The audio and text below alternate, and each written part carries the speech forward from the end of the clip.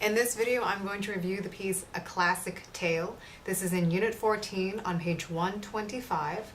This piece is in the key of F major, so you might find it helpful to play through an F major scale first. Don't forget you do have one flat, a B flat, in the key signature.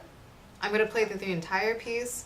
Notice there's a DC al fine, so I'll play through all four lines first, then go back to the beginning and play until measure 8 where the fine sign is.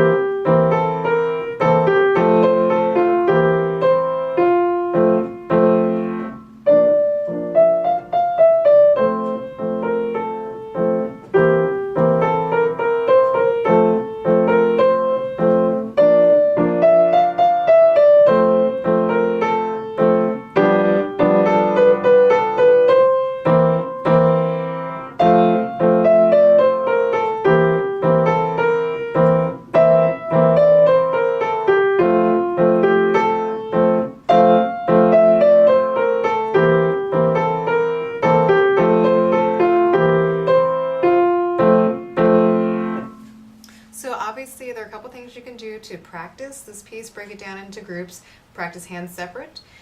With the right hand you do have a dotted rhythm, so count your dotted quarter notes followed by the eighth notes carefully. I'll play the first line through, just the treble clef, and count so you can hear precisely where I'm lining up the rhythms. 1 and 2 and 3 and 4 and 1 and 2 and 3 and 4 and 1 and 2 and 3 and 4 and 1 and 2 and 3. And that happens quite a bit in this piece, a lot of dotted quarter note followed by eighth note rhythms. The left hand, when you're practicing this, you have mostly the same chords spread throughout the song. You have an F chord, a C7 chord for the first two lines of the piece. In measure 9 you have a B flat chord, and then you go back between the C chord, the C7 chord, and the F chord. Measure 15 you have a slightly more unusual chord. We haven't seen this chord in this particular format yet. This is a G7 chord. It's a rearrangement of this chord basically, and if you read through that, spell that out carefully, F, G, B, and D. That's the chord that you'll play in measure 15, and then the rest of the chords again fit our normal F major chord progression. So get comfortable with the chords, with the B flats, especially with the chords. Get comfortable with the counting in the right hand. There's a little bit of repetition in here. Lines 1 and 2 start off in the same fashion, and ditto for lines 3 and 4.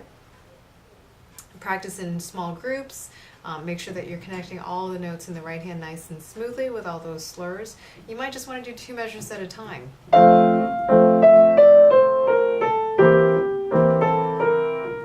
And make sure that you can comfortably shift between the chords and count correctly. There are a couple of dynamic changes at the end of the piece. You start off loud in the first 2 lines. In measure 9 it drops back to mezzo forte, so make that noticeably quieter, and then you're supposed to crescendo for the bottom half of the piece until you get back to the beginning on the repeat. It's a forte again, and it stays forte till the end. Here's A Classic Tale one more time.